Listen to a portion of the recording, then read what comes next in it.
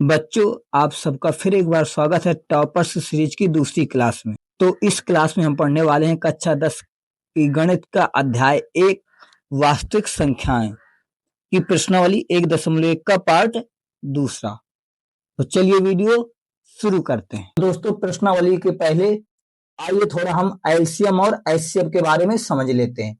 और हाँ दोस्तों, इसके पहले हम इंट्रोडक्शन वीडियो बना चुके हैं। अगर आपने वो वीडियो नहीं देखा है तो लिंक डिस्क्रिप्शन में मिल जाएगी, प्लीज जाके पहले वो वीडियो देख लें और फिर इसे समझते हैं। तो आइए अब बात करते हैं कि एलसीएम क्या होता है। तो संख्याओं में संबंध प्रत्येक अभाज्य गुणनखंड की सबसे बड़ी घात का गुणनफल। यानी क्या है कि संख्याओं में संबंध प्रत्येक अभाज्य गुणनखंड की सबसे बड़ी घात के गुणनफल को हम लोग क्या कहते हैं? एलसीएम यानी लासा कहते हैं दोस्तों। तो आइए अब समझते हैं एलसीएम। इसे एग्जाम्पल से समझते हैं तो ज्यादा समझ में आएगा। जैसे हमारे ये 6 है, तो 6 के हम क्या करेंगे? गुणनखंड कर लेंगे। तो 6 के गुणनखंड क्या होंगे? 2, ये 3 से, फिर 3 से। इसी तरीके हम 20 के कर लेते हैं। 20 के करेंगे तो 2 से कटेगा तो 10 आएगा, फिर 2 से कटेगा तो 5 आएगा, फिर 5 से। तो 6 के गुणनखंड क्या है? 2 इंटू 3, यानी इसे हम लिख सकते हैं 2 की घात 1 इंटू 3 की घात 1। और 20 के कितने हैं? 2 इंटू 2 इंटू 5, यानी लिख सकते इसे हम 2 की घात 2 इंटू 5 की घात 1। अब हमको निकालना है एलसीएम। तो एलसीएम क्या है? संख्याओं में संबंध प्रत्येक अभाज्य गुणनखंड की सबसे बड़ी घात। यानी जो ये गुणनखंड लिखे, जैसे इन दोनों में ये 2 मिल रहा है, तो दोनों में 2 मिल रहा है, तो सबसे बड़ी घात क्या है? 2 की पावर 2, तो 2 की पावर 2 हो गया। और जो ना मिले उनकी भी घात लिखनी। जैसे 3 नहीं मिला, 3 का केवल 1 ही है, तो इसको लिख लेंगे। जैसे 5 1 है, तो 5 1 लिख लेंगे। तो दोस्तों, जो 2 मिलेंगे, यहाँ पे हमने 2 लिए हैं, यहाँ पे आप 3 भी ले सकते हैं, ठीक है ना। अगर ये दोनों 2 मिल रहे हैं तो उनमें मिलेंगे और उनकी सबसे बड़ी घात लिखनी है, और जो ना मिले उनकी घात लिखनी है। अब इनको सॉल्व करेंगे तो 2 की पावर 4 का मतलब होता है, 2 की पावर 2 का मतलब होता है 4, और ये 3 और ये 5, 5 3 15, 15 चौको 60। ये हमारा क्या हो गया? आंसर। ठीक इसी प्रकार ऐसे अब करना है, लेकिन इसमें बड़ी घात लिया जाता था, इसमें छोटी घात लेनी है। आइए समझते हैं क्या है एचसीएफ किसे कहते हैं। तो संख्याओं में प्रत्येक उभयनिष्ठ, उभयनिष्ठ का मतलब है जो सब में मिले। जैसे यहाँ पर हमने 6 और 20 लिया है, हम आगे और भी 1 नंबर ले सकते हैं, 2 नंबर, 4 नंबर, 10 नंबर, जितने भी लेना हो।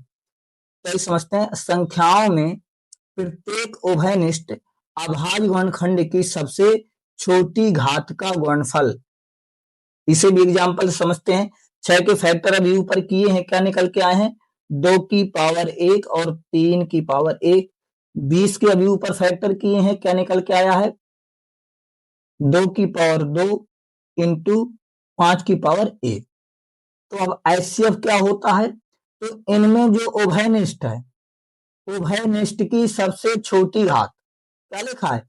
उभयनिष्ठ क्या है? 2। 2 की सबसे छोटी घात क्या है? 2 की पावर 1। और जो इनको नहीं लिखना, जो उभयनिष्ठ हैं केवल उनको लिखना है, उनकी छोटी घात को। तो 2 की पावर 1, यानी आंसर हो गया हमारा 2। आइए एक फार्मूला और समझ लेते हैं कि एचसीएफ ए कामा बी इंटू एलसीएम ए कामा बी बराबर होता है ए कामा बी। यानी अगर आपको 2 संख्याएं दी गई हैं और उनके एचसीएफ और एलसीएम दिए गए हैं, तो इस सूत्र से लगेंगे। दोबारा सुन लीजिए, एचसीएफ ए कामा बी इंटू एलसीएम ए कामा बी बराबर होता है ए कामा बी। ये सूत्र है दोस्तों, इसे याद कर लीजिएगा। अब हम करते हैं प्रश्नावली को। तो चलिए सॉल्व करते हैं प्रश्नावली। तो दोस्तों करते हैं प्रश्नावली 1.1। तो क्वेश्चन नंबर पहला क्या कह रहा है?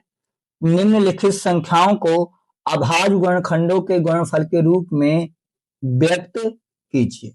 यानी कि रागी जो ये संख्याएं हैं सभी को गुणनखंड के रूप में व्यक्त करना है। आइए करते हैं। 140 दिया गया, पहला हमने लिख लिया। तो सबसे पहले 140 का हम लोग निकालेंगे एलसीएम इस तरीके से। ये कितने से कटेगा? 2 से, तो कितना आ जाएगा? 7। ये आएगा 0। फिर ये कितने से कटेगा? 2 से, यहाँ जाएगा 3 और यहाँ पे आ जाएगा 5। फिर कितने से कटेगा? 5 से, तो यहाँ पे आ जाएगा 7। और ये फिर कितने से कटेगा 7 से। तो अब ये क्या बन गया, तो इन्हीं के गुणनखंड के रूप में लिखना, यानी 2 × 2 × 5 × 7, या तो ये आंसर हो गया। अगर इसे तुम थोड़ा और मॉडिफाई करके लिखना चाहो तो ये क्या लिखा है, दो कितने हैं 2, तो इसे हम लिख सकते हैं 2 की पावर 2 5 की पावर 1 × 7 की पावर 1। इसे हम लोग ऐसे भी सॉल्व कर सकते हैं। अब आइए ठीक इसी प्रकार करते हैं दूसरा। तो 156 का भी एलसीएम निकाल लेंगे। तो आ जाएगा 2 सत्ते 14 2 अट्ठे 16, फिर 2 से काटिए, 2 ती 6 2 नम 18। अब ये कितने से कटेगा, 3 से, 3 का नम 3 3 तिरका 9, अब ये कटेगा 13 से। इसे लिखेंगे तब क्या बन जाएंगे, 2 × 2 × 3 × 13, यानी आप इन्हें लिख सकते हो 2 की पावर 2 3 की पावर 1 और 13 की पावर 1। तो ये हो गया आंसर। इतने इजी हैं, बस सभी को ऐसे ही करने, सभी के गुणनखंड करते जाओ और लिखते चले जाओ। समझ में आया कि नहीं आया? तो ये तीसरा नंबर, चौथा नंबर, पांचवा नंबर, ये हम आपके लिए होमवर्क दे रहे हैं। इसे भी आपको होमवर्क में करना है, इसे भी आपको होमवर्क में करना है, इसे भी आपको होमवर्क में करना है, और फिर सभी के आंसर हमको कमेंट में बताने हैं। ठीक है, तो आइए अब चलते हैं क्वेश्चन नंबर 2 की तरफ। देखिए क्वेश्चन नंबर 2 क्या कह रहा है, पूर्णांकों के निम्नलिखित युग्मों के एचसीएफ और एलसीएम ज्ञात कीजिए। पहले कह रहा है कि एचसीएफ ज्ञात करिए और एलसीएम ज्ञात करिए, तथा इनकी जांच कीजिए कि दो संख्याओं का गुणनफल एचसीएफ इंटू एलसीएम के बराबर है। ये हमको जांच करके भी बताना है, यानी पहले उसका एचसीएफ निकालना है और एलसीएम निकालना है, फिर दोनों संख्याओं का गुणा करना है और एलसीएम और एचसीएफ के बराबर आना चाहिए, ये कह रहा है। तो देखिए पहला सवाल ये, तो सबसे पहले 26 पहला नंबर ले रहे हैं, तो 26 के हम एलसीएम निकालते हैं। एलसीएम निकालने के लिए गुणनखंड करना पड़ेगा, तो यहाँ पे साइड में कर लीजिए 26, छोटा छोटा कर दे रहे हैं, ये 2 से कटेगा, ये 3 से और ये 3 से, यानी ये आ गए। इसके गुणनखंड होगा 2 × 13। ठीक इसी प्रकार 91 है, इसके करेंगे। चलिए यहाँ पर 91 के कर ले रहे हैं, 91 के गुणनखंड करेंगे तो पता है कितना कटेगा, 7 से अभी कट जाएगा, 7 × 9 7, और यहाँ पे बचा दो तो 7 × 21 और ये 13 से, यानी हो गए 7 × 13। तो अब क्या करना है, हमें 26 और 91 का पहले निकाल लो एचसीएफ। एचसीएफ अभी निकाल के बताया है, आगे क्या होता है कि उभयनिष्ठ जो है उनको लिख दो, तो केवल ये उभयनिष्ठ है, तो एचसीएफ हमारे क्या हो जाएगा 13। ठीक, जो उभयनिष्ठ हो उनको लिखा जाता है। अब हमको निकालना है एलसीएम। एलसीएम में क्या करना है कि जो उभयनिष्ठ है उनको लिखो और जो नहीं है उनको भी लिखो। तो अब यह क्या करेंगे, तो 7 दूना, यह कह सकते हो 13 दूना 13 सत्ते 91, इनका गुणा करा लेंगे, कहने का मतलब है कि 13 सत्ते 91, और 91 में 2 का गुणा कराओगे तो आ जाएगा 182। तो एलसीएम कितना आ गया 182। क्लियर है? अब करते हैं दोनों की जांच। क्या कह रहा है, दोनों संख्याओं का गुणनफल, दोनों संख्याओं का, संख्या कौन है हमारी 26 और कौन है 91, इन दोनों संख्याओं का गुणनफल किसके बराबर होना चाहिए। देखो यहां से दो संख्याओं का गुणनफल, फिर आगे ये दोनों संख्याएं हैं इनको लिखिए और इन्हीं दोनों संख्याओं का एचसीएफ लिखिए। तो हमारा 26 का एचसीएफ कितना आया है 13, और गुणा करवाइए जितना आपका एलसीएम आया हो। एलसीएम कितना है 182। अब दोनों को गुणा करा लीजिए, तो देखो हम यहाँ पे साइड में कर दे रहे हैं आपको गुणा। तो 91 में 26 का गुणा कराएंगे तो 6 का नम 6 और 6 नाम 54, फिर 2 का कराएंगे 2 और 9 दूनी 18, 6 4 2 6 8 5 13, ये कितना आ गया 2366। अब इन दोनों का गुणा कराओ, ये भी इतना आना चाहिए। तो आइए करा लेते हैं 182 में 13 का, 13 दूना 26, हासिल लगाई 2, अब 13 का गुणा 8 बार पढ़ेंगे तो 13 5 65, 13 78, 13 7 91, 13 8 104, 104 में 2 को जोड़ोगे तो 106, यहाँ से लगी 10 और 13 10 23, कितना आ गया 2366। अगर ये दोनों बराबर आ गए तो ये हो गया सत्यता की जांच। कितना इजी था। यानी क्या करना दोबारा समझिए, पहले हमने एक किया है, दो आपके लिए छोड़ देंगे ताकि आपकी प्रैक्टिस हो जाए, और फिर दोनों का कमेंट बॉक्स में आंसर बताना है। क्या कह रहा है कि 26 और 91, तो पहले हमने 26 लिया, 91 दोनों के गुणनखंड करा लिए, फिर एचसीएफ निकाला। एचसीएफ क्या होता है, दोनों जो उभयनिष्ठ हो उनको लिखा जाता है केवल, तो हमारे में 13 उभयनिष्ठ है यानी दोनों में मिले।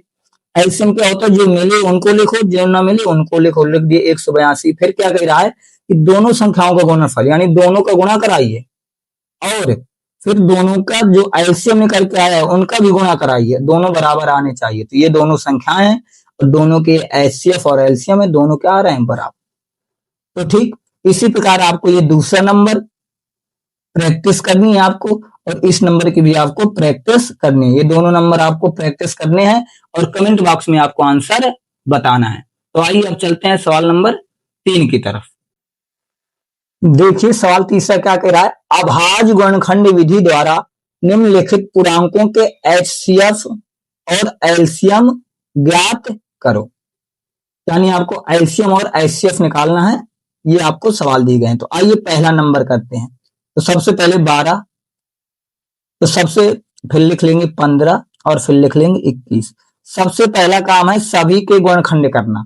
तो चलिए 12 के गुणनखंड, हमें तो डायरेक्ट भी लिख सकते थे, हम आपको समझाने के लिए इस तरीके से कर रहे हैं। तो ये कितने से कटेगा 2 से, ये कितने से कटेगा 3 से, और ये 3 से। तो कितना आ गया 2 इंटू 2 इंटू 3, या इसे हम ऐसे भी लिख सकते हैं 2 की पावर 2 इंटू 3। अब 15 के कर लेते हैं ठीक इसी प्रकार, 15 किससे कटेगा 3 से और 5 से। कितना आ जाएगा 3 इंटू 5 यानी 3 की पावर 1 इंटू 5 की पावर 1। ठीक 21 को करते हैं, 21 कितने से कटेगा 3 से तो 7 आ जाएगा, फिर 7 से तो 1 आ जाएगा। ये क्या बन गया 3 इंटू 7 यानी 3 की पावर 1 इंटू 7 की पावर 1। चलिए अब हमको पहले क्या निकालना एचसीएफ। एचसीएफ क्या होता है, जो मिले उनकी सबसे छोटी घात। तो देखिए क्या मिल रहा है, जो तीनों में मिलना चाहिए, तीनों में 3 मिल रहा है। चलिए ठीक है, और 3 की सबसे छोटी घात क्या है 1, तो हमारा ये क्या हो गया आंसर, यानी आ गया हमारा आंसर 3। जो मिले तीनों में उनकी सबसे छोटी घात। अगर और अब हमको क्या निकालना है एलसीएम। एलसीएम क्या होता है, जो मिले उनकी सबसे बड़ी घात। तो इनमें सबसे बड़ी घात भी क्या है यही है, इसे लिख लेंगे। और जो ना मिले उनको भी लिखना है। तो 2 की पावर 2 नहीं मिल रहा उसको लिखो, 5 की पावर 1 नहीं मिल रहा उसको लिखो, 7 की पावर 1 नहीं मिल रहा उसको लिखो। तो 3 और इसका होता है 4 और 5 7। अब गुणा करा लेंगे तो कितना आ जाएगा, नचो को 36 और 5 7 35। अब 36 35 का करा लेंगे गुणा, तो कितना आ जाएगा 5 6 30, 5 3 15 3 18, 3 6 18, 3 3 का नाम 1 10, 0 8 8 16, यानी आ जाएगा 1260। ये हमारा है एलसीएम। आई होप आपको समझ में आया होगा। तो फिर इसमें हम केवल एक सवाल बताते हैं, फिर इसमें आपको दूसरा और तीसरा प्रैक्टिस करना है और आपको कमेंट बॉक्स में आंसर बताना है। तो आइए अब चलते हैं सवाल नंबर 4 की तरफ। तो देखिए सवाल चौथा क्या कह रहा है, एचसीएफ 306 और 657 बराबर 9 दिया गया है, यानी इन दोनों संख्याओं का एचसीएफ कितना है 9। तो एलसीएम ज्ञात कीजिए। तो दोस्तों एक हम सूत्र जानते हैं, हमने आपको बताया था, लिख देते हैं दोबारा, एलसीएम ए कामा बी इंटू एचसीएफ ए कामा बी बराबर होता है ए इंटू बी। अभी हमने वीडियो की शुरुआत में बताया था, इसी सूत्र से इसको लगाना है, तो लगा दीजिए। हमको एलसीएम निकालना, तो क्या आ जाएगा एलसीएम ए का मान कितना है 306, बी का मान कितना है 657। एचसीएफ कितना दिया गया है इन दोनों का, 9 दिया गया है, तो 9 लिख लेंगे। ए का मान कितना है, 306 है। बी का मान कितना है, 657 है। हमें एलसीएम निकालना है तो 9 कहां चला जाएगा, नीचे चला जाएगा। एलसीएम 306 कामा 657 बराबर आ जाएगा 306 गुणे 657 बटा 9। अब 9 से क्या करते हैं, इसे काट देते हैं, ठीक है ना। तो काट देंगे तो 9 तिया 27, तो यहाँ पे कितना बचा 3, तो नचो को 36। अब 657 गुणे 34 का क्या करा लेंगे, गुणा। तो 657 में जब 34 का गुणा कराएंगे तो देखिए इधर 4 सत्ते 28, 2 4 पंचे 20, 2 22, 2 6 24 25 26 आ गया, 3 तिसत 21, 3 5 15 16 17, 3 6 18 1 19, तो 8 3 7 6 13 9 10 11 1 12, यानी आ गया इसका आंसर 22 3 3 8। ये हो गया आंसर। यहाँ पे एक बात सही कर लेते हैं, सही काटा है कि नहीं काटा। तो 9 को जब 3 6 में काटोगे तो 9 तिया 27, 3 6 9 को 36 सही है। तो ये था हमारा आंसर। तो आई होप आपको समझ में आया होगा। तो बस आज की वीडियो में इतना ही रहेगा। अगर आपको वीडियो पसंद आई तो वीडियो को लाइक करें, शेयर करें, और अगर आपने अभी तक हमारे चैनल को सब्सक्राइब नहीं किया तो प्लीज सब्सक्राइब कर ले। हम आपको मिलेंगे एक अगली वीडियो में इनके आगे के पार्ट लेकर, और हम इस वीडियो में 9 से 12 तक की गणित पढ़ाते हैं। अगर आप 9 से 12 तक के स्टूडेंट हैं और आप गणित पढ़ना चाहते हैं तो प्लीज हमारे चैनल को सब्सक्राइब कर लीजिए। आपको पूरा वीडियो देखने के लिए बहुत बहुत धन्यवाद एवं दिल से आभार।